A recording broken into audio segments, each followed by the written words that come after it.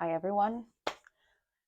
Something has changed. I gotta show you this. I gotta show you this. Gotta speak in the mic too. I got myself a mini mic, yo. I got myself a mini mic so I can actually vlog. And I'm gonna vlog from my kitchen. I'm a student, working student, so please ignore chaos. It's chaotic. We're gonna make dinner for today. We're gonna make fried rice with veggies and tofu. That is the plan. And then I can cook new rice. And as I always do in my videos, I'm actually going to give you tips. So, because I just loved it, consider me the aunt or your older cousin or your aunt. That's what I am. So, what are the main ingredients? So, obviously, this is like Italian veggies, basically frozen, and tofu. I live in Germany, so these are the brands, but don't mind me, take any brand you want. And as of lately, I have started mixing black rice with, let's see, with the regular white rice I buy. I get this big ass bunch of rice, and I just mix those two to make the rice a little bit healthier, essentially. I'm gonna get a chopping board and get to chopping. And whilst I do that, I'm gonna give you updates on what's been going on, because life has been lifing. Life has been lifing, y'all. It's been crazy. What is my battery dying now? Anywho, we're gonna take a break. I'm gonna cook, and then we'll come back after I've charged my battery, and we're gonna sit down, and I'm gonna give you updates. See you in a few. Hello, guys. We're back. I even had dinner already. Made myself some tea, and yeah, let's get right to it. I hope you guys made yourself some tea. You know, on this channel, we get ourselves some tea. It's more comfortable that way. We got a nice, comfy throw over. It's way too big for this flat. It's way too big for this couch, but I love it. It's so cozy. Got some candlelight, vanilla candle from IKEA. If you know, you know.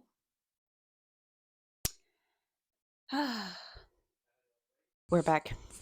And this time we're back without interruptions. We are talking about self esteem, we're talking about time management, and we're talking about emotional labor. Those are three themes that are keeping me busy at the moment, or that I'm reflecting about quite a lot at the moment. Let's start with self esteem. So, I turned big 30 this year, and I really took time before my birthday to reflect on what did I like in my 20s? What am I taking with me into my next decade? And what am I leaving behind? And I found a lot of stuff. And one thing I questioned myself about was self esteem. What is that actually? I went through that word out: self esteem, self esteem, self esteem. I do not need to present this book. This is Bell Hooks, All About Love. If you are on the internet, you know about this book. But as you can see, this is my, dare I say, Bible. I do not want to offend anybody. Um, what I mean by using Bible in inverted commas is guiding book, a guiding principles book. And she has a lot of gems in this book, obviously, but one of them is defining self esteem. It's the first time somebody defined it for me. And she bases herself on, amongst other things, obviously, on a book by Dr. Nathaniel Branden called The Six Pillars of Self Esteem. And that was so helpful um, for me to grasp what is self esteem, or to start my journey of reflecting and implementing ways of adding to my self esteem. That's what I'm going to call it. I'm going to list the six pillars. I think I'm going to make space and list them here. Y'all don't see this, but there's actually a mad cute little rat giving me light here. Don't know if I can move it. Nah, it doesn't change much. There's a little rat, and it's super cute. So the six pillars are, let me do this so you can see them here. The practice of living consciously, the practice of self-acceptance, the practice of self-responsibility, the practice of self assertiveness, the practice of living purposefully, and the practice of personal integrity. The points that I kind of hung myself up on were self responsibility, living purposefully, and self assertiveness, I'd say. Because I'd feel like self acceptance was the main theme of, I'm going to say, that my late teens, early 20s. And I'd say I accept myself. I am who I am. I know who I am. Of course, it's an ongoing work and it's an ongoing journey. And moving into new seasons, there will be new challenges. But I feel like don't have such big difficulties accepting myself for who I am. Self living consciously is also something I have been doing later since the pandemic. Honestly, that gave me a lot of time. But I've always been self-reflecting. I journal a lot, all these type of things. Um, live personal integrity. I would also say I hold myself accountable. That's how I understand it. If you've read the book, please, please, please, if you have any input to these pillars, add it, put it down in the comments for us. Let's talk about it. I haven't read the book yet. I'm not scared of spoilers, so just feel free to add information about the six pillars in the comment section or in my DMs on Instagram. They're open. Um, Here's my Instagram in case you're looking for it. Self responsibility and living purposefully, I feel, are the two pillars where I have been failing myself in the last years. I'm not trying to put myself down, but I kind of neglected those aspects, especially self responsibility. That's when I've always struggled with it. I think a lot of people can relate to the fact that we might, maybe not, maybe I'm alone. You can tell me. But being a teen, early 20s, I kind of thought that when I would get into a serious relationship, that somehow all my problems would get solved. And what actually being in a long-term relationship taught me is that you still have to take care of your business. Nobody's there to take care of your business. Self-responsibility, living purposefully. Reading Bell Hooks' book and um, discovering these six pillars made me switch up something. And I don't know, you can take this as a tip. You don't have to. You really don't have to. But I'm gonna give this out as a tip for if in case you're lost. If you're lost, if you're searching for yourself, this one of the tips might help. We all know the It's Girl routines and the miracle morning stuff. It doesn't really work for me, honestly. Too much. It's way too much. It seems that when it comes to my hair and my mental hygiene, that less is more.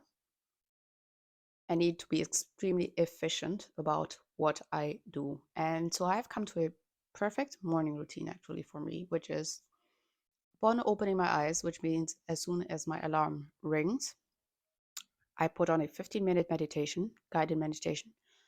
I'm going to add the link or the how to, you can find it on Spotify. And I think if you Google it, you will find it. It's from the podcast Secular Buddhism. It's the audio, non-guided 15-minute meditation. The next part is, well, since this is a book I'm currently reading, there's a book I read in the morning, also only for 15 minutes. It's not a lot, but it's a daily practice. Whilst reading, I drink my hot water, warm water with lemon.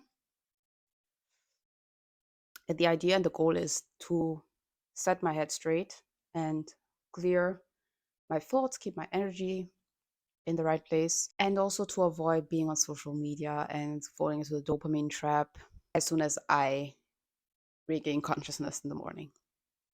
This has been very helpful. I've been doing for a couple of weeks now, almost a month. I do have a few days where it didn't happen, and it wasn't nice. It's really a helpful routine, and this is where self responsibility comes in. I try to hold myself accountable to remember to be responsible. This is something I realized I need for myself. So this is something I have to do and I commit to do. And it has done wonders for me. Let me tell you that. There's obviously other things, and I'm going to literally elaborate on ways I practice self-responsibility after researching it a bit more. And I'm going to make a whole separate video on this because I think there are a lot of videos about adulting on the internet, really a lot, and they're good. Not all of them, but I think there are still some topics that are touched on too briefly, barely, or not at all. So I want to delve into those. Second topic, time management. I'm a student, first and foremost, and everything else aligns with that. But I do have multiple projects going on. I mean, obviously, my YouTube channel is a project, Instagram is a project. I have a TikTok. Yes, I succumbed. I succumbed. Look, TikTok is where it's at right now, and it's very, for me, it's very educational. Like, man, I learn a lot on TikTok. Now, probably it's the type of content I like and interact with that keeps pushing this on me, but it's not only entertainment on there, it's also only the TikTok dances I get a lot of education content, and I'm there for it. I love it. So find me on TikTok. Um, Time management though. Since I have multiple projects, but I have defined my objectives for the year, I also had to set a pretty strict timetable, and I did it. And it's an okay timetable. I'd say there's still stuff to revise. Like for instance, I spoke recently with one of my sisters, and she was like, "You need to add when your free time is." And I was like, "Oh my god, yeah, that is true." So yeah, I added my free time. But I have a pretty strict schedule, and I try to put as much of what I have to do into this schedule so that I'm not confused, like, walking around my days confused. Another thing that I'm using is an ongoing task list. And the key things with both the calendar, no matter if you do it in analog form or digitally, is to come back and check that you're doing the stuff. That's the hardest thing. One of my biggest learnings this year was something I had been struggling with for a long time. Oh my God, I need to apply for this, or I have to take care of this, and I have to make doctor's appointments, and I have to do this, until I realized that living an adult life in a country where you have a lot of social systems in place or institutions that, like take care of their people, all that, is that you are basically constantly doing administrative work. Adulting is, I don't know if you know, but adulting is administrative work. You have tasks and they come back. You finish one task, think of taxes. You got to do taxes every year. Think of doctor's appointments. In the best case, you're going to visit your doctor regularly for routine checks. Depending on your health situation, once or twice per year. Some of us need to go more. I'm not part of those people, thank goodness. What else? Obviously, you have exams to take if you're a student. You get the gist. Adulting, the biggest thing about adulting, and I think the most boring, but also the most important if you can take it seriously, because it just shapes so much of your life, is how good you are at dealing with administrative tasks in your life. How good you are at streamlining them. Like, do you have so many useless ones? Do you have tasks that you can maybe delegate? Talking about delegating, grocery shopping is an example I have. Like, I, it's kind of an administrative task for me, or I'm going to call it like that, because it has to be done weekly or daily, depending on how I buy, but I do it weekly. And it's honestly mostly an inconvenience because the stores are not open 24/7 in Germany. If you're lucky, some of them are open till 23, but mostly it's like 20 to 21, and this is great. Like, it wasn't like this in the past. So it turned into a chore, but I've been able to delegate to delegate grocery shopping to Picnic and Flink, which are companies and apps that deliver your groceries to yourself. Why both of them? Because Picnic brings the stuff the next day or 2 days later, something like that. You can actually schedule it in time. Fun fact, you can add it to your calendar when they come. And Flink, because if I do happen to forget something, they can bring it to me in an hour tops, which is really, really helpful because I save a lot of time going to the places and getting the stuff. Because there's also something I want to talk about maybe in another video when it comes to time management. Time management is not only just knowing what tasks you have, it's also knowing how much time you will need to deal with those tasks. So that's all I've got for you guys on time management, is that I've streamlined my time management plan, and it's working okay. Like, I'm tying into self-discipline, self-responsibility. We're working on it. We're trying to, the word is consistent. Consistent.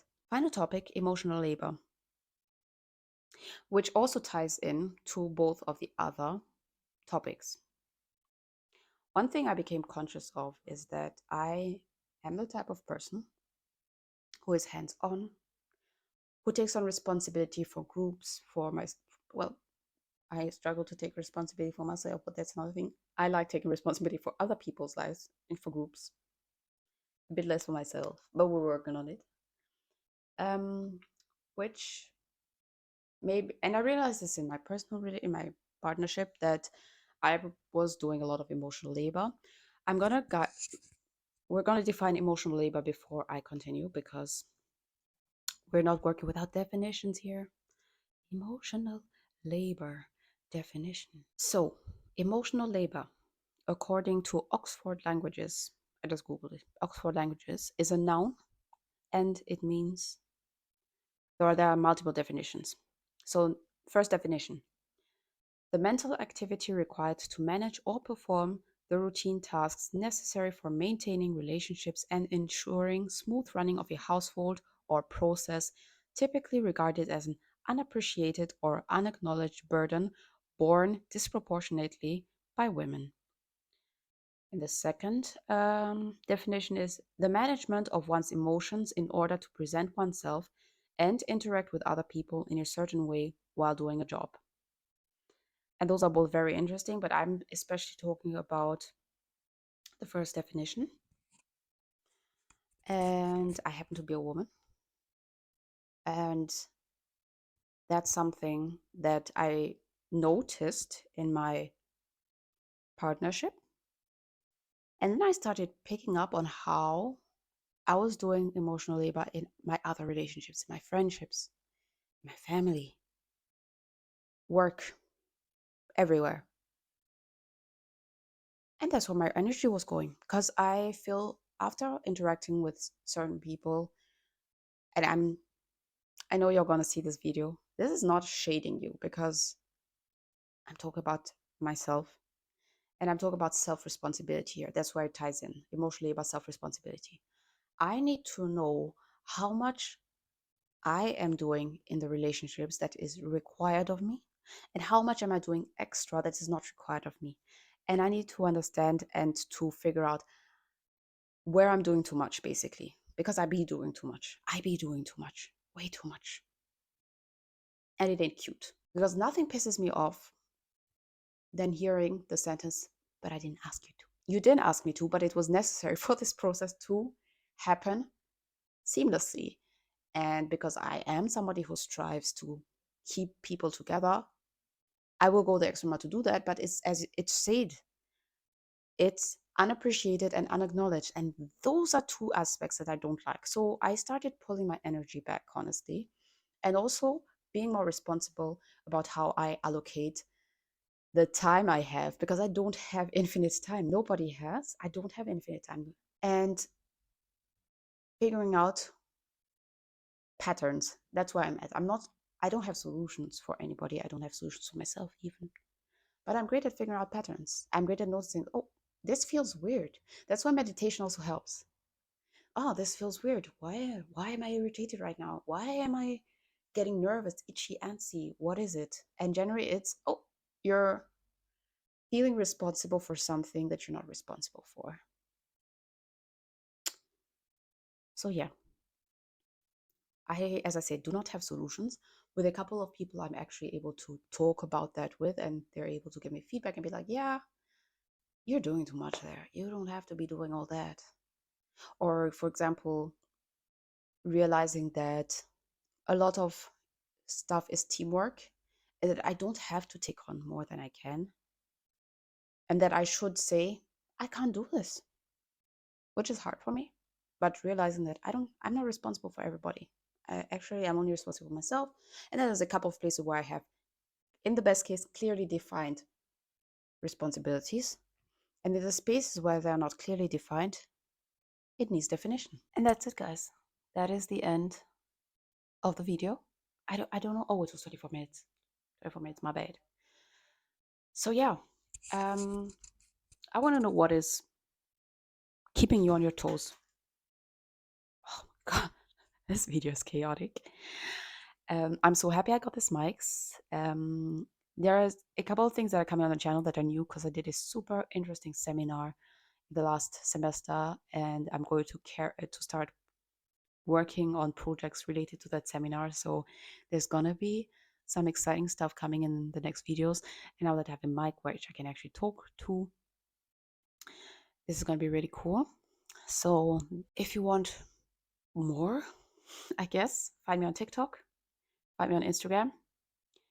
And I'll catch you in the next video, which will probably be a vlog. It's kind of a throwback vlog to what February was like. I'm lagging behind. I'm doing like monthly vlogs, and yeah, we're gonna see what February was like. Okay, guys. What should I tell you? Cost of living crisis is still stressing us out. Prices are still higher than they should be. The weather is withering. Keep it pushing. Stay motivated. We got this. See you in the next video, guys. Bye.